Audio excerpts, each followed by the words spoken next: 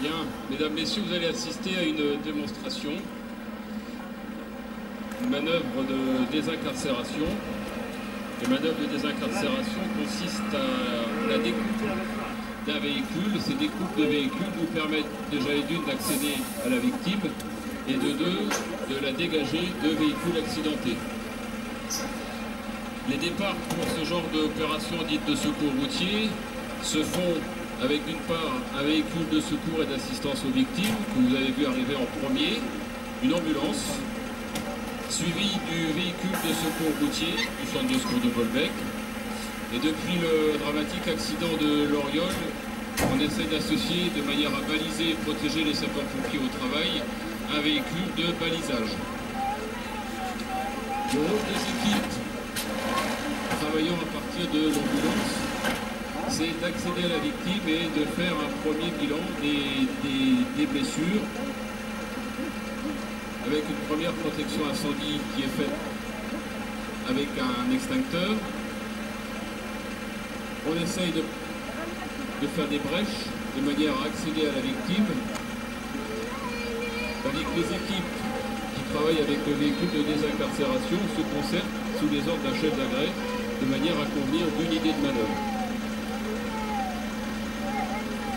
Dans le département de Seine-Maritime, les véhicules de désincarcération sont soit du modèle de celui que vous avez sous les yeux, affecté au centre de secours de Bolbec, soit comme celui qui est affecté au centre de secours de Saint-Romain ou à Notre-Dame de Gravenchon, qui allie à la fois et des missions d'incendie et des missions de désincarcération. Les équipes que vous voyez travailler actuellement vont d'abord procéder au calage du véhicule. Le calage du véhicule, c'est important. Vous en doutez bien, de manière à éviter que le véhicule ne continue sa course, ne bouge, et que ces mouvements ne viennent aggraver l'état de la victime. Un parc à matériel est en train d'être mis en place, qui va recueillir l'ensemble des outils qui vont contribuer à la découpe du véhicule.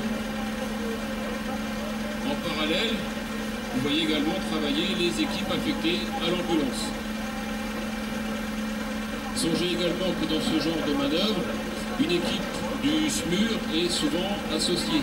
Et il faut également que ces équipes puissent travailler de concert et en sécurité sur la voie publique.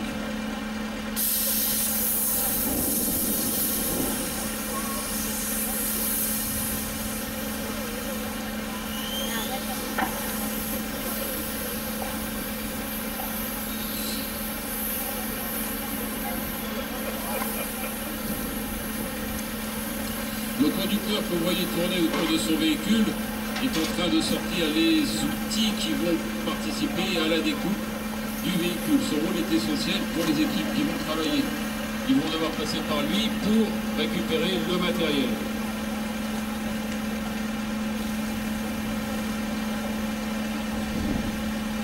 Vous ne l'apercevez peut-être pas, mais un des sapeurs-pompiers est en train de dégarnir les éléments on va dire d'emballage de l'intérieur du véhicule. Derrière ces éléments, vous avez tout ce qui va contribuer à la sécurité passive des passagers. Ce sont des éléments souvent pyrotechniques qui, s'ils sont découpés d'une manière anarchique, peuvent nous exploser à la figure. Donc on dégarnit au maximum l'intérieur du véhicule pour confirmer les points de découpe.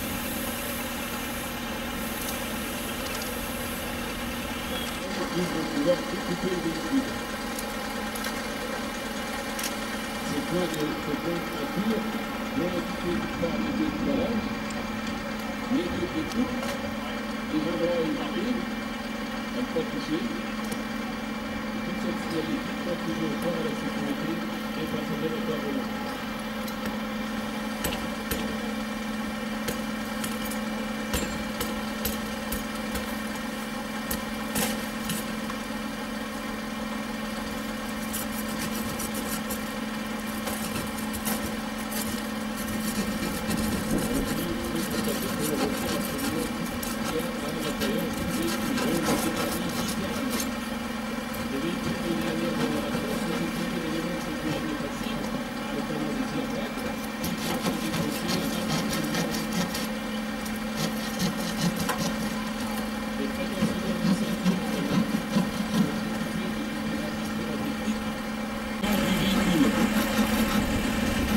On commence par pratiquer une large découpe du pare-brise.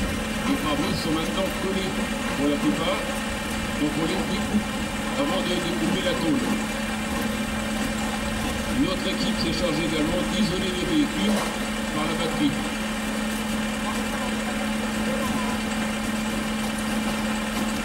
D'une manière générale, on a 3 parcs à matériel.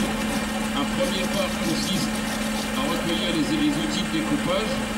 Le deuxième parc, le matériel qui va servir à secourir la victime. Et le troisième parc, tous les déchets liés à la découpe.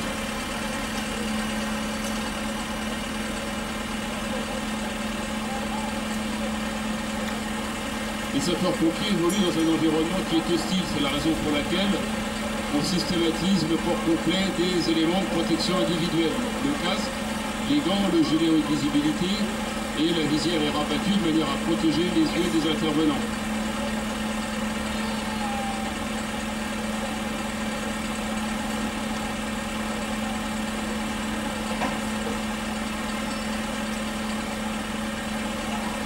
Les modèles actuels de véhicules sont bâtis de manière à essayer de protéger au maximum l'habitacle et les passagers.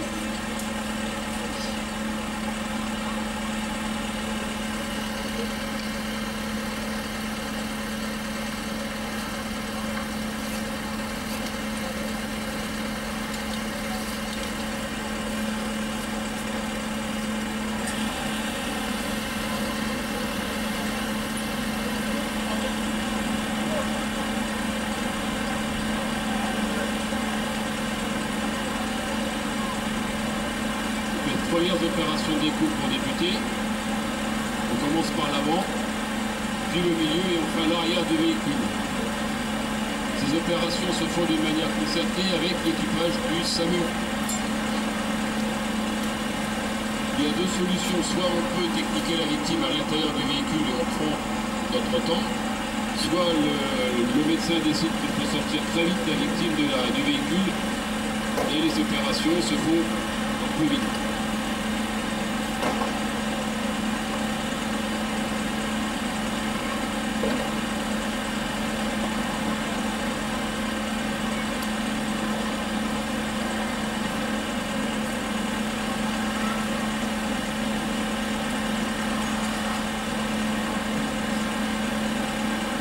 Toutes les opérations se font d'une manière concertée entre les binômes qui travaillent, le chef d'agrès, en général un sous-officier, du grade de sergent à adjudant-chef. Un commandant des opérations de secours peut également être engagé à partir de...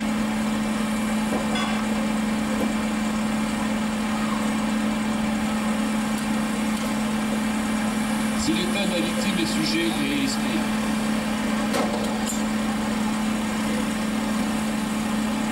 est jugé suffisamment grave par l'équipe médicale engagée, l'équipe d'hélicoptère de la sécurité civile peut également être engagée.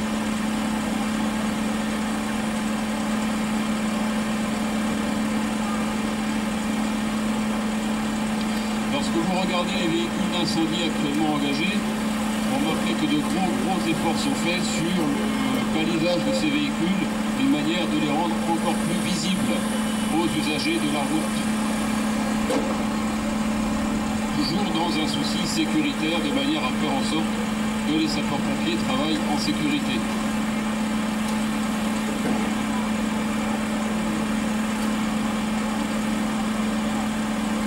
Les opérations de désincarcération peuvent se faire d'une manière relativement rapide, pas moins d'une demi-heure, mais peuvent des fois durer beaucoup beaucoup plus, de 3 à 4 heures, suivant l'état des véhicules et l'état de gravité des blessures.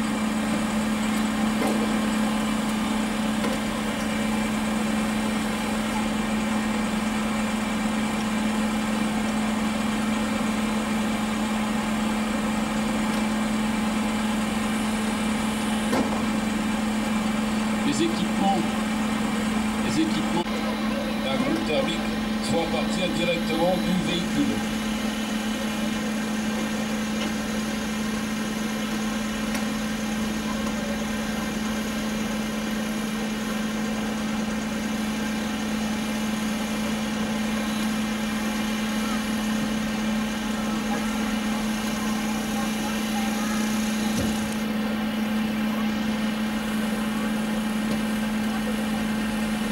La deuxième opération va consister à retirer les portes de la voiture.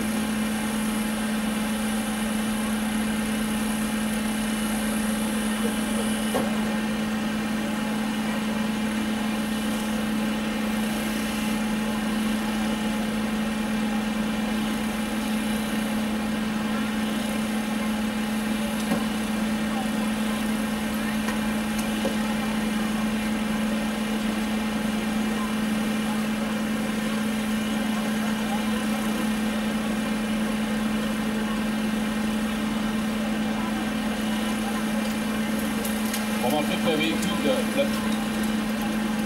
la victime est systématiquement protégée. Elle est protégée des éclats de vitre et des éclats métalliques. Elle est recouverte. Pour elle, c'est un environnement encore plus agressif que pour les sapeurs-pompiers, puisqu'actuellement, elle n'a aucune visibilité sur ce qui se passe autour d'elle.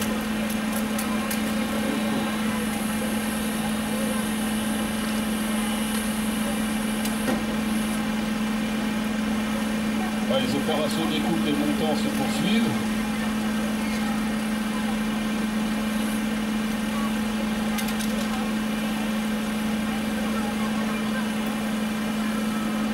Les sapeurs-pompiers vont se répartir petit à petit autour du pavillon. En fin de découpe, il sera dégagé par l'arrière.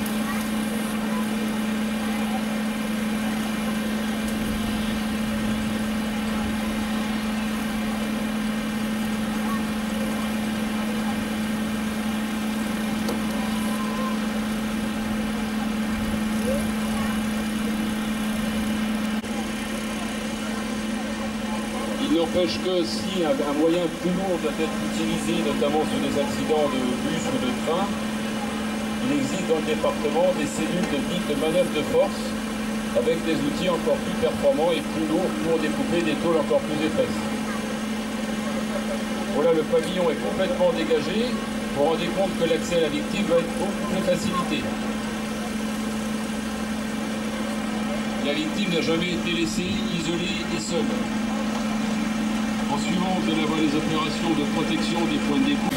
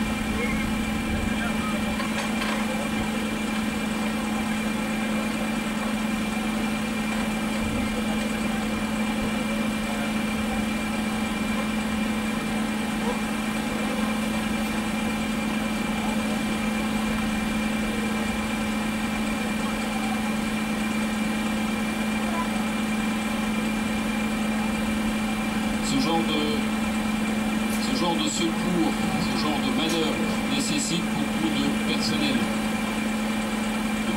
formé, de personnel recyclé.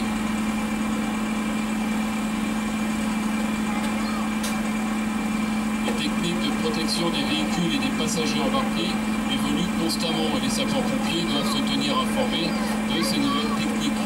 Donc il existe dans les véhicules de désincarcération des fiches techniques qui offre une aide à la décision dans le choix des techniques de découpage.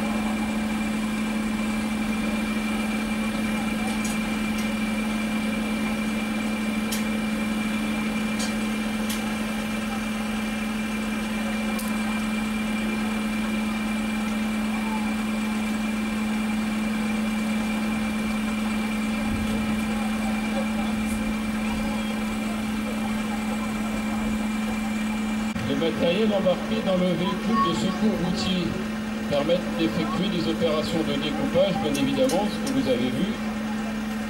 Le véhicule est également équipé d'outils pour écarter, pour caler, pour lever, pour soulever. Des équipements qui restent légers de manière à pouvoir être transportés facilement au plus près d'accidents.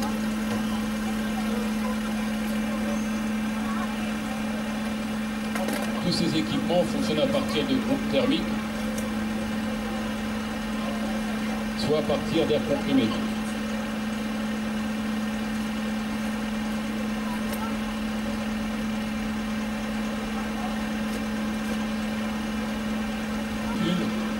Mais tout se fait sous forme de commandement, de manière à ce que la manœuvre se fasse d'une manière uniformisée. Voilà, la victime est hissée sur le plan dur et on va pouvoir l'extraire du véhicule.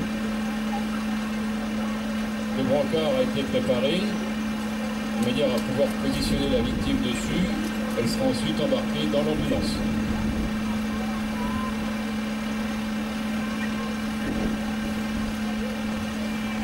La manœuvre que vous avez vue, c'est faite sur une place dégagée. Imaginez bien ce genre de manœuvre sur l'autoroute ou sur la voie publique.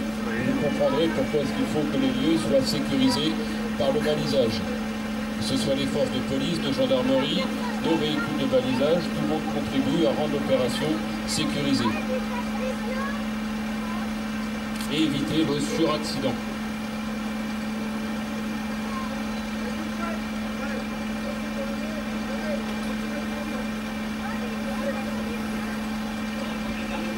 Voilà, le plan dur est dégagé, la victime est conditionnée dans le matelas coquille. Elle va pouvoir être chargée dans l'ambulance. Je vous ai parlé de formation, de maintien d'acquis, de recyclage. Toutes les opérations de découpe de véhicules ne se font que grâce aux prêts de véhicules de la carrosserie Le Breton. Sans ces prêts, nous ne pourrions pas travailler et actualiser nos connaissances. C'est quelque chose d'important. C'est un partenariat important et essentiel pour nous.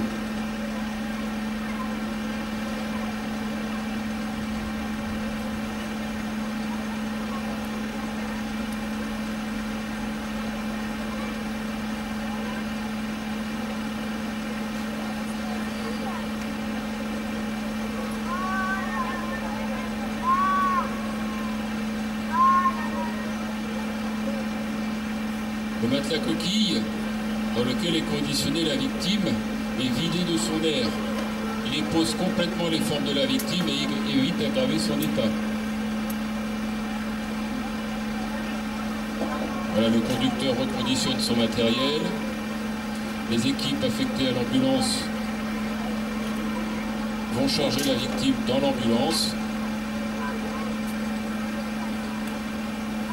la mettre à l'abri. Les équipes affectées au véhicule de désincarcération reconditionnent le matériel. Il est hors de question de laisser sur la chaussée quoi que ce soit traîné qui puisse entraîner un suraccident. Si un balisage était mis en place, c'est la dernière chose qui serait retirée de la voie publique, de manière, encore une fois, à sécuriser les lieux de l'accident.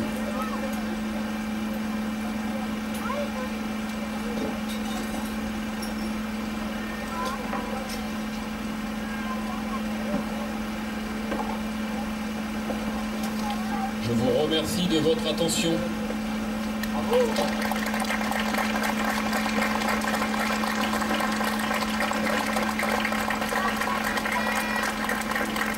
Les messieurs se forment aussi pour pouvoir faire ces interventions de qualité pour sauver nos vies, vos vies. À vous tous, je tiens à vous remercier. Merci à Madame la Commandante, merci à la gendarmerie d'être présente, aux pompiers retraités que je salue. À vous, mesdames, messieurs, et je vous invite à partager le verre de l'amitié à l'intérieur de l'hôtel de ville. Je n'ai pas voulu risquer les quelques gouttes qui pourraient tomber dans votre pastis. Bonne fin de journée. Au revoir, messieurs, dames. Merci.